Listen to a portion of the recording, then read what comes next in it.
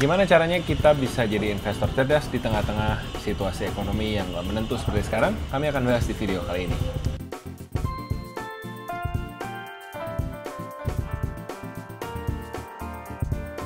Hai guys, welcome back to channel podcast Samuel dan Claudia. Gue Samuel, ini istri gue Claudia. Kami pasangan suami istri kantoran dalam perjalanan memaknai financial independence.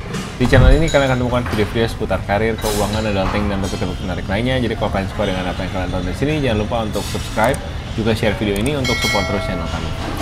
Minggu ini kami nggak ada di rumah, seperti yang kalian lihat, beda setupnya. Mana tangga di belakang nggak ada ya. Kami juga nggak lagi di hotel, kami sedang ada di airport lounge. Nah, kami lagi nungguin flight kami ke Jepang malam ini. Lagi ya. Jepang lagi Jepang lagi. Kalau udah kadung suka, susah ya guys. Apalagi bapak yang satu ini. Kenapa kok bisa ada di airport lounge? Mewah sekali, kalian katanya frugal living. Tentu tetap frugal ya, karena airport lounge ini kami nggak bayar. Kami menikmati fasilitas sebagai nasabah privilege di Deposito BPR by Komunal. Jadi ini fasilitas yang kami nikmati macam-macam. Selain airport lounge, tadi kami juga ke airport diantar sama Golden Bird. Terus juga kami dapat voucher-voucher belanja macam-macam. Dapat health check up juga. Dapat health check up juga. Jadi banyak banget fasilitas-fasilitas yang bisa dinikmati oleh teman-teman yang menabung di Deposito BPR Komunal sampai level nasabah privilege. Nah, apa sih Deposito BPR Komunal? Deposito BPR Komunal, kalau kalian bayangin gampangnya adalah bayangin sebuah seperti e-commerce aja, di dalam satu aplikasi banyak produk-produk, tapi bukan produk yang ada di dalamnya, melainkan bank-bank BPR yang kalian bisa cari ya, produk investasi yang cocok buat kalian. Kalian mau nabung deposito di bank BPR yang mana. Jadi ini memudahkan teman-teman yang kepingin nabung di BPR tapi males ke cabang BPR-nya, tapi males cari tahu mana BPR yang oke gitu ya. Karena deposito BPR juga melakukan proses seleksi.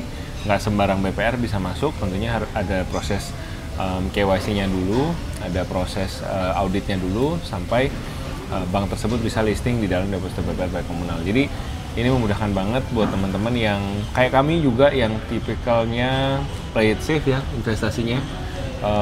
Jadi nggak perlu ke cabang, nggak perlu kemana-mana, cukup dari rumah aja, tinggal buka aplikasinya dan kalian bisa berinvestasi di Deposito BPR by Komunal. Nah, kecuali kalian mungkin hidup dalam goa gitu ya, atau mungkin nggak bisa baca, kalian pasti udah tahu. Bisa baca, nggak kali ya?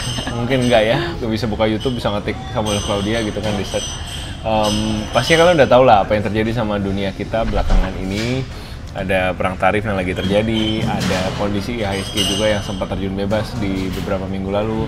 Terus juga pelemahan rupiah terhadap dolar Amerika Serikat. Nah ini membuat kami juga sebagai investor jujur shock ya, cukup banyak shock terapi yang kami lalui beberapa minggu terakhir ini, dan membuat kami juga was-was dalam banyak hal. Ini gimana kalau begini, gimana kalau begitu, apa yang terjadi dengan pemerintah Indonesia, apa yang terjadi nanti kalau sampai perang dagang ini tereskalasi jadi perang betulan gitu ya. Kita harus gimana nih, kita harus siapin apa nih aset yang bisa dibawa kabur gitu ya. Misalkan kita harus kabur ke pindah kota atau pindah negara gitu. Ya tentunya mudah-mudahan nggak sampai seperti itu. Tapi pastinya kondisinya yang kita lihat sekarang bikin iklim ekonominya jadi ya nggak pasti gitu ya. Sulit banget untuk memprediksi dan sulit banget untuk membuat keputusan, mencari kata pasti itu susah gitu ya. Jadi pasar tuh sekarang lagi jadi nggak kondusif sekarang. Pastinya teman-teman juga udah ngerasain hal itu. Nah, menanggapi kondisi ekonomi yang serba nggak pasti itu, ya tentunya kita juga harus pinter-pinter menjaga mental. Ya. Karena ya banyak banget kan di berita juga yang kita baca. Kemarin terakhir lagi rush Mas Antam. Orang-orang pada berbondong-bondong. Iya, rush, tapi maksudnya rush beli ya. Rush beli, iya. Padahal maksudnya saking orang khawatir gitu ya, ini harus pegangan apa ya, mungkin pegangan emas kali ya.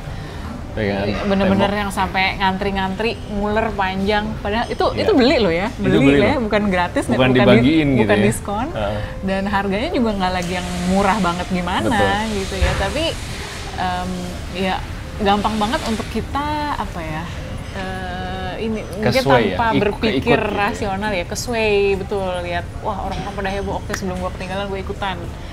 Nah jadi mungkin penting banget first and foremost untuk kita jaga mental dulu kali ya.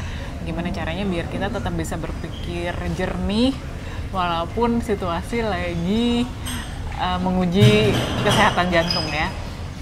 Ada beberapa tips sih sebenarnya untuk kita jaga mental. Yang pertama itu ini mungkin contoh ekstrim ya, tapi kita kenal satu orang yang memang seorang investor cukup banyak ya di saham ya. Mungkin kita nggak usah sebut nama lah ya.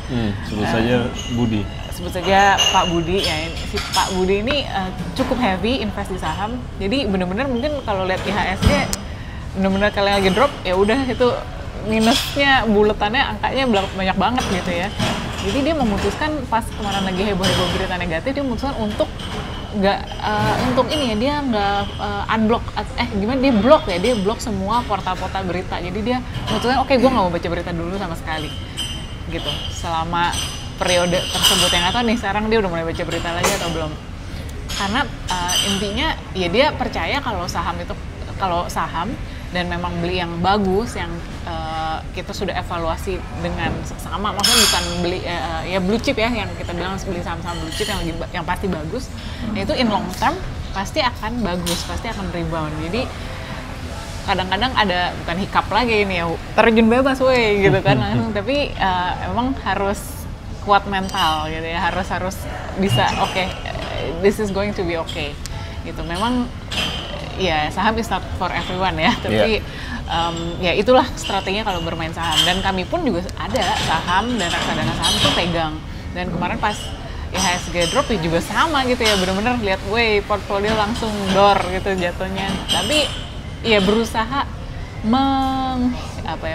menghibur diri sendiri gitu, kayak menguatkan diri sendiri, it's okay, it's going to be okay in long term gitu. Dan sambil tentunya ya kita diversifikasi portfolio ya.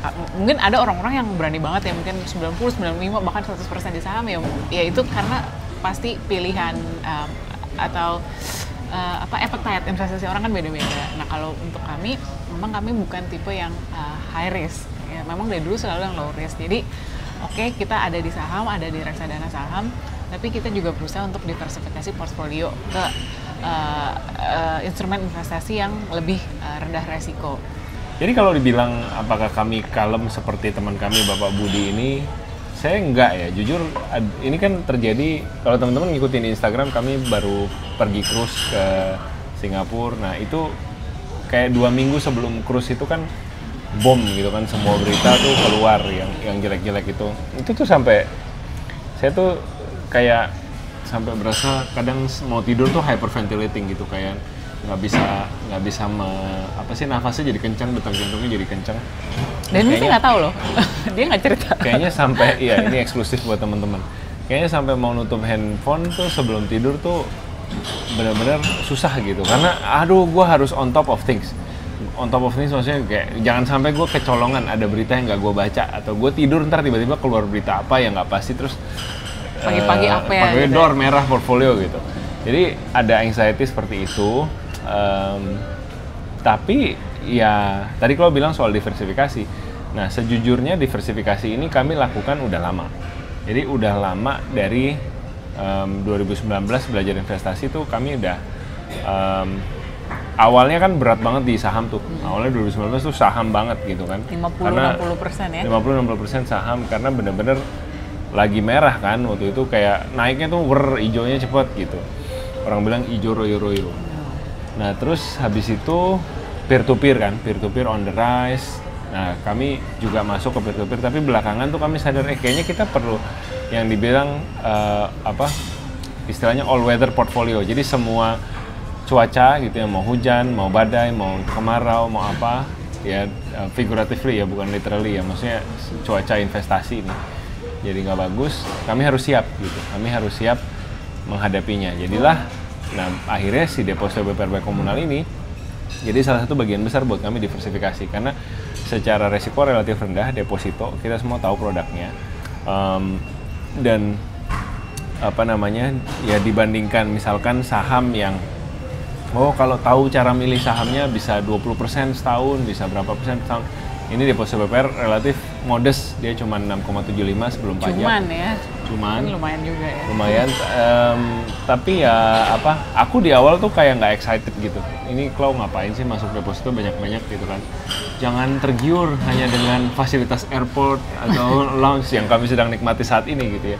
Tapi ya ketika boom terjadi di awal bulan ini, itu kami benar-benar bersyukur kami punya diversifikasi gitu. Jadi kayak ya kalaupun hilang, amit-amit hilang gitu ya, nggak hilang semua gitu, benar-benar masih ada uang, kantong-kantong uang lain yang kami taruh dengan aman gitu. Jadi ya tujuan diversifikasi itu. Jadi don't put your eggs in one basket, dan maksudnya satu keranjang isinya sama semua, begitu keranjangnya dor gitu ya, kayak saham kemarin hilang semua telurnya gitu, jangan sampai gitu. Jadi balik lagi ini juga seni ya, karena buat teman-teman yang mungkin masih usia 20-an nonton video ini mungkin merasa kalian udah 30, kalian risk avoidance lah segala macam. Tapi ya mungkin kalian harus juga cek sejauh mana kalian punya risk appetite, selera kalian, resiko, target kalian berapa persen cuannya per tahun. Mau dipakai kapan? Mau dipakai kapan juga harus dipikirin gitu. Buat kami yang udah punya anaknya udah mau 6 tahun ini, terus udah mulai mikirin ntar dia sekolah mau kirim dia kemana, kuliahnya segala macam, udah mulai kepikiran. Dan kayak ya kayaknya nggak perlu sebanyak itu returnnya, mungkin 6%, 7% sebenarnya udah cukup juga gitu. Jadi ya think about it gitu ya. Ini seperti biasa kami nggak bikin ini sebagai financial advice, tapi buat ngajak teman-teman mikir dan ya berstrategi ya dalam berinvestasi. Ternyata setelah ini terjadi, setelah kehebohan di bulan April terjadi, it's not always how big your cuan is gitu, tapi it's also about how your portfolio can survive throughout this weather. Dan how well you can sleep. How well you can sleep at night. Throughout the storm. Definitely. Dan jadi diversifikasi ini jadi pilihan yang cerdas ya buat kalian berinvestasi. Balik lagi kita ngobrolin soal gimana cara jadi investor cerdas. Menurutku definitely salah satu cara investor cerdas bisa tidur nyenyak adalah dengan punya diversifikasi portfolio yang baik. Dan setelah kami fire di 2 tahun terakhir dan benar-benar last testnya sebenarnya, last test kan kalau fire financial independence, retire early. Ceritanya kita ceritanya kita mau mencoba hidup tidak lagi dari pendapatan tetap dari corporate gitu ya. Jadi lewat pendapatan pasif plus ya sedikit side income dari kegiatan ya inilah konten-konten ini ya, di Instagram dan juga di YouTube ini. Jadi kebayang lah ya, pendapatan pasif ini kan jadi sesuatu yang cukup besar, kami bergantung ke situ gitu. Kalau dulu kan mungkin ngantor, ya udah ini aja musimnya menabung aja gitu ya, kita nggak usah terlalu pusingin returnnya berapa anyway gitu, karena kan tiap bulan dapat gaji. Cuman kan once we are out of the corporate, udah nggak bergantung sama gaji lagi, kan beda, it's a different ball game altogether. Nah, bener-bener pendapatan pasif itu jadi sesuatu yang penting ya, yang esensial buat mensupport kehidupan sehari-hari. Jadi bener-bener berasa pentingnya mencari instrumen investasi yang tepat, ya nggak sih? Karena kalau dulu mungkin kayak ya udahlah gajian juga bulan depan gitu kan, nggak dapet returnnya nggak oke amat juga, ya mungkin masih bisa ke cover gitu. Tapi once you live independently entirely from passive income, yang mana sebenarnya kami juga belum 100% sih, karena again tadi masih ada side income dari social media. Tapi ya jadinya kan pemilihan instrumen investasi itu penting banget kan, karena tergantung itu kita dengan penghasil investasi. Jadi ya bener banget yang kata Sam tadi, kita ngerasa itu yang all weather portfolio.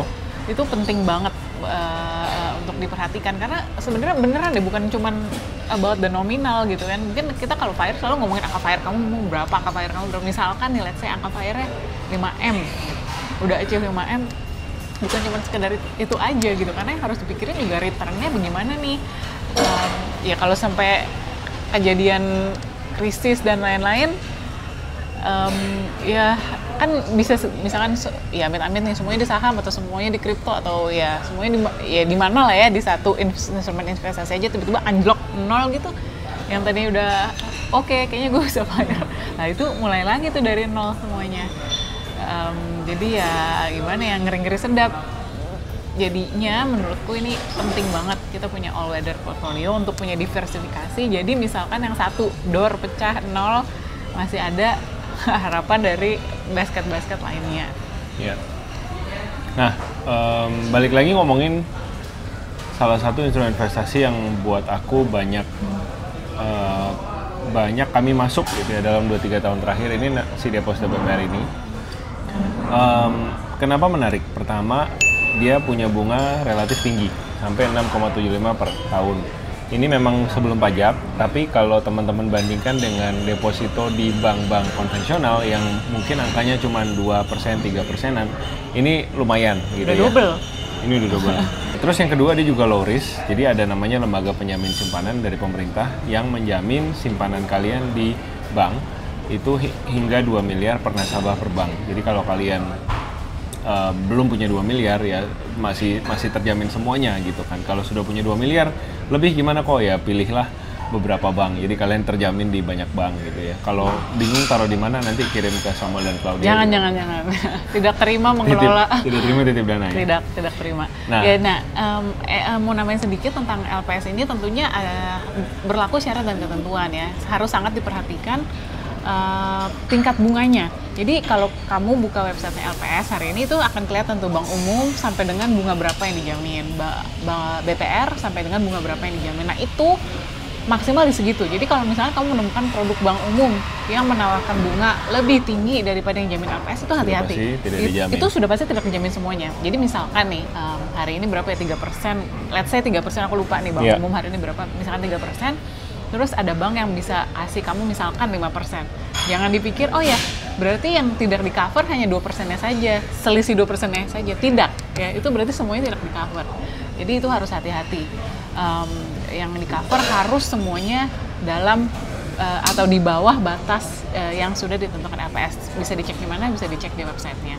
Nah ini juga sering ditanya nih, selama nabung di BPR, gimana Ci? Udah pernah ada BPR yang bermasalah nggak, yang banknya ditutup, dilikuidasi, terus jadi dananya nyangkut gitu ya, beku, nggak bisa ditarik keluar. Nah ini jujur sampai hari ini belum ada. Jadi selalu puji Tuhan aman-aman aja sampai hari ini ya. Apakah aku berani jamin kayak 100% nggak akan pernah kejadian? Kayaknya sih aku nggak berani jamin juga, siapakah aku gitu kan, bukan owner, bukan siapa-siapa, sama-sama juga cuma nasabah, dan ini hanya sekedar berbagi pengalaman. Yang bisa aku bagi dari pengalamanku dari pertama kali buka deposito BPR di 2012-2013, waktu itu belum di komunal ya, jadi benar-benar pergi sendiri ke banknya, pulak-balik pergi ambil biliet, itu sampai hari ini belum pernah kena ada yang BPR-nya tutup gitu ya, dan belum pernah kena walaupun BPR nggak tutup terus pas mau cairin susah, itu juga belum pernah. Selama ini mau cairin gampang banget, udah tinggal kirim bilietnya kalau di BPR yang offline ya dulu. Nah sekarang kalau di BPR komunal ya udah tinggal semudah matiin ARO-nya. Kalau kamu pakai ARO, automatic rollover-nya itu kamu matiin, nanti pas dia due date itu otomatis langsung cair pokoknya beserta bunganya ke rekening yang sudah kamu daftarkan di dalam aplikasi tersebut. Dan anyway kita ARO-ARO-nya pendek ya, cuman 3 bulan. Bervariasi sih, ada yang 1 bulan, ada yang 3 bulan, ada yang 6 bulan. Tapi kayaknya paling banyak 6 bulan sih, kita nggak ada yang 1 tahun. Tadi balik lagi kan ini lagi ngomongin yang dijamin LPS. Iya ini dijamin LPS, semua produk-produk yang masuk deposito BPR baik komunal udah pasti semuanya dijamin LPS, karena dari komunal pun sudah mengkurasi yang boleh join ke mereka itu ya yang bunganya sesuai dengan ketetapan LPS atau lebih kecil. Kalau lebih kecil kan pasti cover, kalau lebih tinggi nggak di cover. Dan poin menarik selanjutnya dari deposito BPR komunal adalah kalian cuma perlu buka satu aplikasi. Jadi tadi kalau mungkin cerita di tahun 2012 kami udah menabung di deposito BPR. Dulu sebelum ada komunal prosesnya repot, saudara-saudara. Kita harus nyari kemana kita harus menabung, kita harus ngobrol-ngobrol sama yang punya BPR-nya. Kami waktu itu dikenalin sama teman kami, dan proses ini tuh manual satu-satu gitu. Sedangkan kalian sekarang sudah ada aplikasi ini, kalian tinggal buka, itu benar-benar di dalamnya kayak marketplace aja. Kalian tinggal pilih deposito BPR mana yang kalian kira-kira cocok, kalian kira-kira suka, dan tenornya pas gitu dengan kebutuhan kalian. Iya, jadi kayak yang saya bilang dulu tuh, awal-awal buka deposito BPR, pertama kali inget banget itu BPR-nya ada di Gading Serpong. Sedangkan rumah kita waktu itu, rumahku masih di Mangga 2. Jadi kan masih tinggal di rumah mertua / orang tua ya, waktu itu kita masih nomaden. Bahkan sebelum nikah pun kita udah mulai nabung di deposito BPR. Karena aku inget banget salah satu sumber tabungan yang dipakai buat biaya nikah itu adalah dari deposito BPR. Nah itu waktu itu aku masih tinggal sama orang tua aku di daerah Mangga 2. Itu ngebela-belain banget sampai ke Gading Serpong. Kenapa ke BPR Gading Serpong? Karena kebetulan ada temanku yang nabung di situ juga. Terus dia kenal sama yang punya, itu kayaknya yang punya omnya atau gimana. Dan aku cek secara bunga itu juga dia yang salah satu yang paling kompetitif, yang tadi ya, yang di cover sama LPS. Nah itu PR banget, karena kalau mau buka biliet baru harus ke sana, tanda tangan biliet. Mau cairin walaupun udah jatuh tempo tetap harus ke sana, balikin biliet. Kalaupun nggak bisa pergi sendiri, dititipin orang harus bikin surat kuasa. Zaman itu kayaknya udah ada Gojek belum ya? Kayaknya udah ada tapi belum seheboh sekarang. Jadi kadang-kadang ya inilah pakai kurir ya, tapi ribet lah, itu masih dikirim balik, surat tanda terimanya kirim balik ke sana gitu. Jadi ribet banget. Terus tapi mau cari deposito BPR yang deket-deket rumah juga kan nggak segampang itu gitu ya. BPR kan banknya kecil-kecil, nggak kayak bank umum yang bank umum A banyak yang cabangnya di mana-mana. Ya jadi begitu tahu ada aplikasi deposito BPR by Komunal ini gampang banget, benar-benar semuanya online. Bisa tinggal buka aplikasinya dari Sabang sampai Merauke, satu Indonesia. Itu pilihan BPR-nya banyak. Dan aku suka banget, ya ini mungkin salah satu idealisme pribadi ya, kayaknya ya udah dong pendanaan untuk menggerakkan ekonomi rakyat ya jangan di ibu kota lagi, jangan pulau Jawa lagi, pengen juga bantu menggerakkan ekonomi di pulau-pulau yang lain. Nah lewat aplikasi deposito BPR by Komunal ini aku punya kesempatan itu gitu. Karena kalau mungkin teman-teman yang ikut atau yang follow aku di sosial media, aku pernah screen capture waktu itu deposito BPR mana aja nih yang aku buka depositonya di sana lewat aplikasi Komunal. Nah itu bukan cuma di Jawa aja, ada yang di Kalimantan, ada yang di Bali, ada yang di Sumatera, kayaknya pernah juga ada yang di Sulawesi. Jadi senang aja sih bahwa kayaknya nyampe gitu ke sana, bantu pendanaan, membantu menggerakkan ekonomi daerah tanpa kita harus repot-repot langsung mengunjungi ya. Jadi semuanya cuma lewat aplikasi, lewat HP aja. Ya, jadi balik lagi bagaimana caranya kita jadi investor cerdas. Mungkin pesan kami buat kalian adalah ingat bahwa ini semua hanya temporary, ini semua cyclical ya, namanya ekonomi pasti ada masa boom, ada masa krisis, dan itu kita udah sama-sama ngelewatin di tahun 98, ada krisis moneter, 2008 ada krisis, 2020 ada krisis juga pas COVID kemarin. Memang susah untuk ngelihat secara tenang, secara kepala dingin, tapi kami juga percaya krisis ini pasti juga lewat, dan ini seperti ombak aja akan naik turun. Yang kalian sudah floating loss sekarang mungkin sementara ya aplikasi sahamnya ditutup dulu, berita-berita yang terlalu menegangkan di unsubscribe atau di mute dulu gitu ya, seperti teman kami tadi. Dan kami juga ini ngomong ke diri sendiri karena kami pun masih berusaha mencerna apa yang terjadi, tapi kami juga mau stay positif, stay invested, dan percaya bahwa ya ekonomi akan membaik dan situasi ini akan pelan-pelan kelihatan jelasnya gitu. Ya buat kalian yang mau coba deposito BPR by Komunal, jangan lupa kalian bisa pakai referral code kami Samuel Ray untuk dapetin cashback Rp50.000 per nasabah untuk pendanaan minimal Rp5 juta dengan tenor 3 bulan per nasabahnya. Thank you so much for watching, mudah-mudahan video ini bermanfaat dan tetap semangat ya. Buat kalian yang lagi galau, lagi nyangkut, remember you are not alone, we're all in this together. Sharing aja cerita-cerita kalian di kolom komentar di bawah, nanti kita ngobrol-ngobrol lebih lanjut. Take care guys, and see you guys next week. Bye!